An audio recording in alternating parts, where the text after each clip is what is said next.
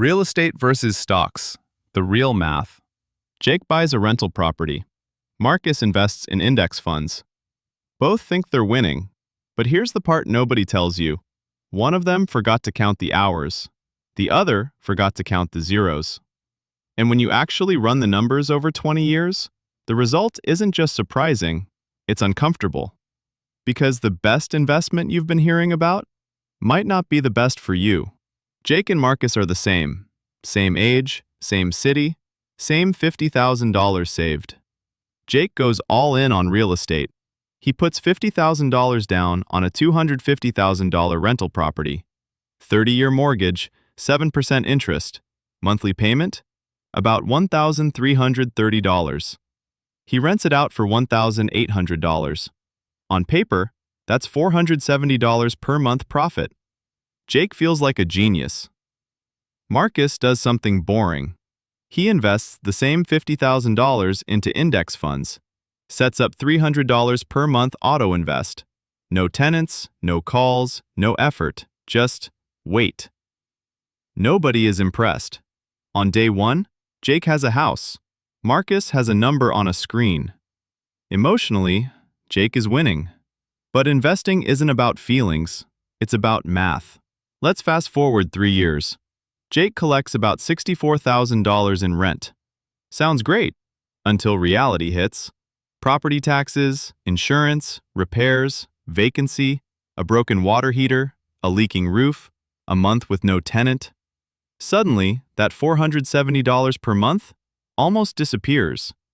After everything, Jake's real profit is maybe $2,000 to $4,000 total, and that doesn't include his time.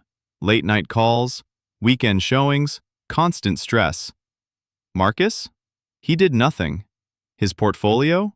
Around $75,000. No stress, no phone calls, just growth. Here's the truth most people miss. Real estate looks better than it is. Stocks feel worse than they are. Because real estate is visible. You can touch it, show it, talk about it.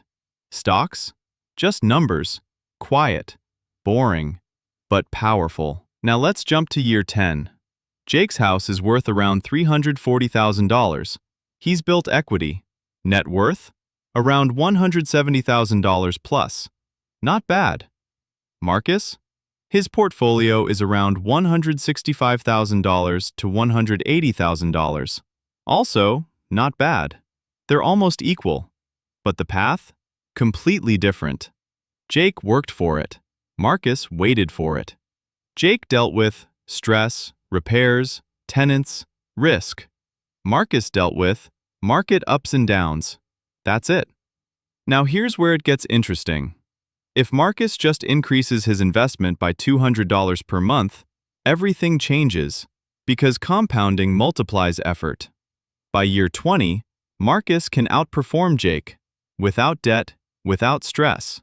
Meanwhile, if Jake wants to grow, he needs another property, another loan, another responsibility. But don't get it twisted. Stocks aren't perfect. Markets crash. 2008? Down 37%. 2020? Down 34% in weeks. Most people panic, sell at the bottom, lose money. And real estate? It shines when done right. Good location, strong rent, smart management. It can beat stocks, but only if you treat it like a business. So what's the real answer? Real estate versus stocks? Wrong question.